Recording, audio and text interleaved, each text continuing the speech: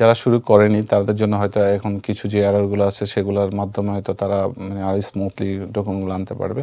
আমি আমার tax পেয়ারদেরকে suggest করবো অ্যাটলিস্ট মানে ট্যাক্স ফাইল করতে যাওয়ার আগে তাদের যার অ্যাকাউন্টেন্ট যেই আছে তার কাছে যাবে, সে যাওয়ার আগে অ্যাটলিস্ট প্রিপারেশনটা নিয়ে যাবে। কারণ আপনি তো জানেন সবাই বিজি, মোস্টলি ধরেন একটা ডাব্লিউটি অর্গানাইজ করে নিয়ে যাবে, ডাব্লিউটা আছে অনেকে, ওখানে গিয়ে হয়তো ট্যাক্স ফাইল করতে 2 ঘন্টা বসে আছে। যেমন কালকের এক্সপিরিয়েন্স বলে একজন 3 ঘন্টা বসে আছে ট্যাক্স ফাইল করার, 3 ঘন্টা পরে বলে যে আমার একটা ডাব্লিউটি মিসিং।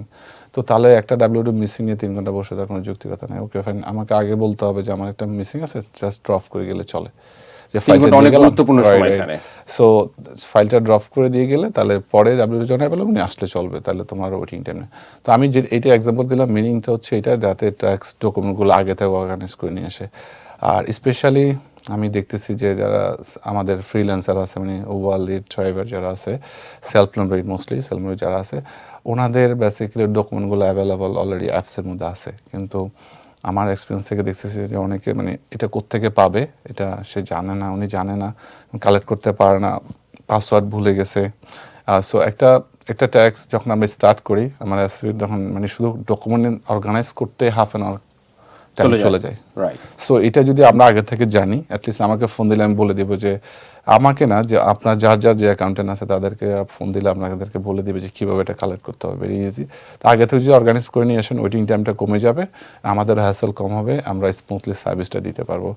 আর একটা বিষয়, অনেকে যেটা দেখতেছি যে হয়তো বছরের শুরুতে 1 মাস কোথাও কাজ করছে, তো ওইটা হয়তো উনি স্কিপ করে আরেকটা জায়গায় শুরু করছে ওটা ছেড়ে, তো ওখান থেকে কিন্তু ডাব্লিউটি আসে। ইন দ্য মিন টাইম উনি হয়তো অ্যাড্রেস চেঞ্জ করছে, তো ডাব্লিউটি কিন্তু যে কোম্পানি ছেড়ে আসছে সেখানে কিন্তু তার পুরনো অ্যাড্রেস দেওয়া আছে। তো বেসিক্যালি উনি ওই এমপ্লয়ার কিন্তু ওই পুরনো অ্যাড্রেসে ডাব্লিউটা সেন্ড করছে, উনি এটা পায়নি। এটা কালেক্ট করা ভেরি টাফ। এখন যদি এমপ্লয়ারকে কল দেয়, এমপ্লয়ার বলে সেন্ড করছি, রি-ইস্যু করার জন্য, ওরা করে না, ওরা কিন্তু তেমনটা হেল্প করে না একবার ইস্যু করার পর, কারণ আপনি আর ওখানকার এমপ্লয়ি না, সো আপনাকে তো ওরা ওভাবে হেল্প করবে না।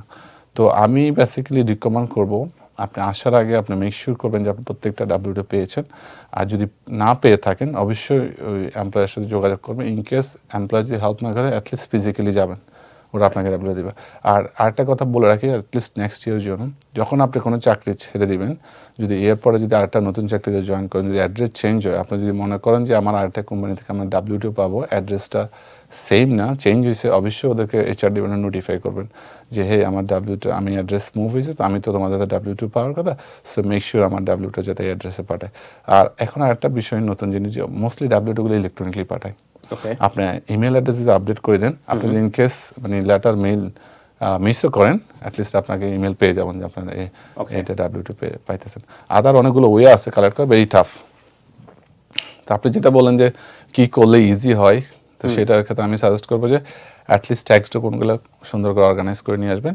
আর আরেকটা বিষয় লক্ষ্য করছি লাস্ট কিছু দিনে, যাদের বাড়ি ওন করে তাদের কিন্তু মাথায় রাখতে হবে একটা 1098 আছে মর্টগেজ স্টেটমেন্ট, এটা কিন্তু ট্যাক্স ফাইল করার সময় আপনাকে লাগবে।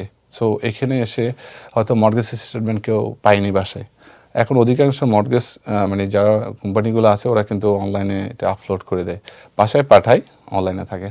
তো অনেকের ক্ষেত্রে হয় কি, অফিসে এসে আপনার ধরেন মর্টগেজ আবার অ্যাকাউন্ট ক্রিয়েট করতে হয়, অনলাইনে তো রিসেট করতে হয়, it's taking long time. Okay, so before আসার আগে অ্যাটলিস্ট মর্টগেজ স্টেটমেন্ট, আদার ট্যাক্সগুলো কালেক্ট করলে আমাদের জন্য সুবিধা হয়। আর আপনাদের কোনো কিছু মানে ট্যাক্স পেয়ারদের কোনো কিছু মিস হওয়ার সম্ভাবনা নাই। অ্যাটলিস্ট আপনার বাসা আসার আগে, হ্যাঁ আমার বাড়ি আছে, আমি মর্টগেজ স্টেটমেন্ট পেলাম, আমি ট্যাক্সি ড্রাইভ করে আমি উবার অ্যান্ড লিফট স্টেটমেন্ট পাইলাম, আমি ফুড ডেলিভারি দিই, আমার 1099 পাইলাম, ডোর ডেলিভারি, তো আমার ডাব্লিউটু আছে, আমি ডাব্লিউটুগুলো কালেক্ট করলাম, আমার ওয়াইফের ইনকামগুলো আছে, ওয়াইফের ইনকামগুলো, অ্যান্ড দেন আমার বেবি আছে, বেবির বার্থ সার্টিফিকেট অবশ্যই ক্যারি করতে হবে, অ্যান্ড দেন বেবি স্কুল অথবা ডক্টর থেকে লেটার আনতে হবে যে উনি ডিপেন্ডেন্ট বা ওনার কাস্টডিতে ছিল, অ্যান্ড দেন আমার ব্যাঙ্ক অ্যাকাউন্টটা কনফার্ম করে নিয়ে আসতে হবে যে account number arting number right আছে।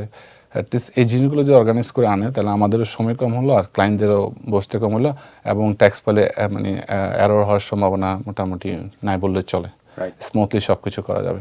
আরেকটা বিষয় বলে রাখি, আপনারা যারা ট্যাক্স ফাইল করবেন, আমাদের ট্যাক্স ফাইলের উদ্দেশ্যে বলবো, মেক শিওর যারা রিফান্ড পাবেন এবং পেমেন্ট থাকবে, অবশ্যই আপনার ট্যাক্স ফাইল সাবমিট করে make sure 3 times at least check করুন ব্যাঙ্ক অ্যাকাউন্টটা।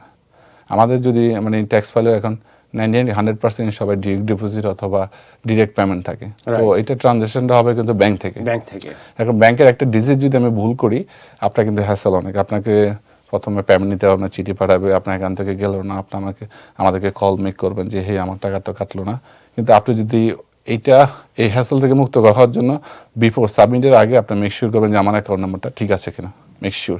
তো এইটা আমি চেক করবো, হয়তো আপনার 10 সেকেন্ড বেশি গেল, তবু আপনার ঝামেলা এড়ানো সম্ভব পরবর্তীতে।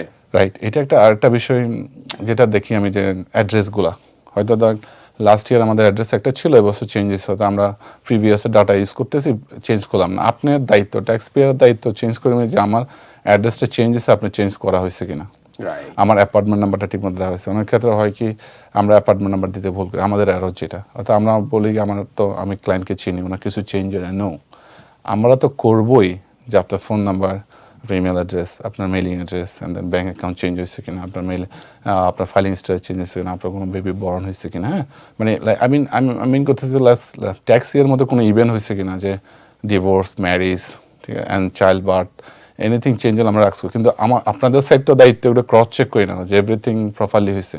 ওকে,